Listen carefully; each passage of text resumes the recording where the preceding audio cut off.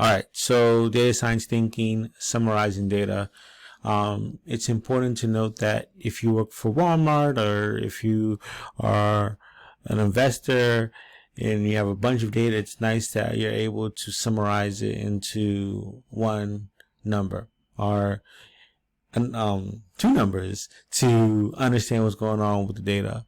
And so let's just go into the example. Imagine you're a data scientist for a poultry farm. You have weights of 1,000 chickens, each given different feeds. The boss wants to know which feed is the best for weight gain. Ideally take a sample, right?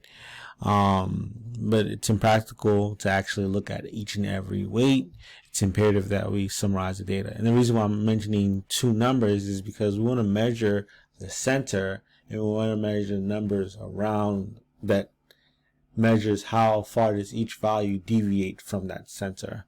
Okay, so when it comes to that center, the most typical value, we have two measures that we typically talk about, especially within the stat class. It's the mean and the median. And so here we have the 6 different feeds. We have the mean, we have the median. And last but not least, which we'll talk about in a little bit, is the standard deviation, which is the measure of how far does each point deviate from that mean. Okay, so when it comes to the mean, finding it is essentially just adding up all the values and then dividing by the sample size. I'm pretty sure you've seen it before. And so, oh, sorry, not it. So, whereas the median is you sort all the numbers and you find the middle number. The nice thing about the median is that outliers don't have an impact on the calculation. Okay, it's just the middle number. Whereas when you're finding the mean, outliers can have an impact on the mean. So, and it's important that if you're ever given data that you're able to find the mean and be able to talk about the center value, right? What's happening in the center. Whereas variability is used to measure how far does each value on average deviate from the mean. How far does each value deviate from the mean? And so this tells you, it gives you an idea of consistency. If there's if it's small amount of variability, it means more of our numbers are closer to the mean. Whereas if it has a large amount of variability, there's some numbers that are far away from the mean.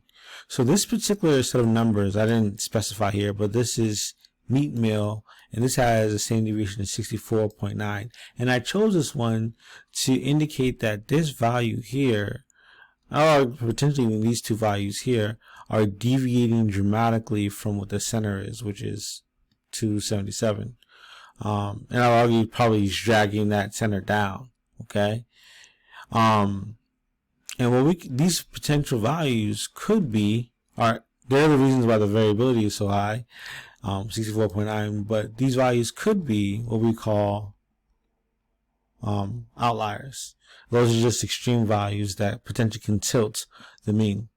Okay, so when it comes to the bottom line, it's imperative that when it comes to data that you're aware of the mean, okay, the actual measure of the typical value. If the data is affected by outliers, you could use the median as a measure of the middle. And then when it comes to the variability, it's imperative that we know how far does each value deviate from the mean, which is the standard deviation. I'm not emphasizing equations in this class. It's just imperative that you are aware of these concepts. Thank you.